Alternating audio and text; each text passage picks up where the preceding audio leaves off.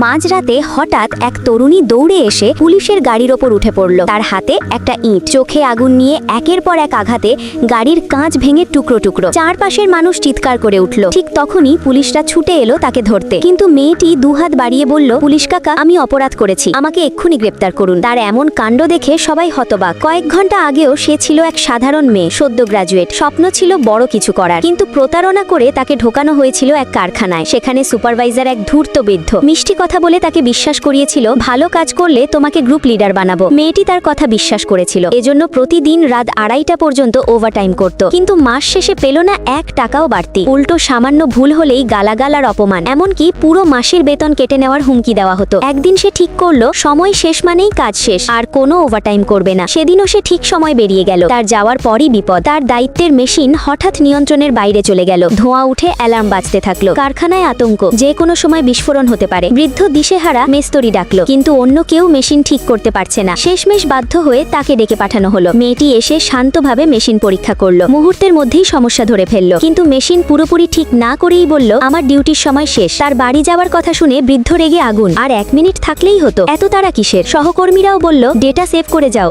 1 minute লাগবে। মেয়েটির চোখে তখন জমে থাকা সব অপমানের আগুন। 1 মিনিটের কাজেরও তো দাম নেই এখানে। বৃদ্ধ হুমকি দিল, কথা না শুনলে বেতন কেটে নেব। এই কথায় মেয়েটি সরাসরি মেশিনের পাওয়ার বন্ধ করে দিল। মুহূর্তে সবাই স্তব্ধ, কারণ ডেটা সেভ না করার কারণে পুরো কাজ আবার পুনরায় শুরু করতে হবে।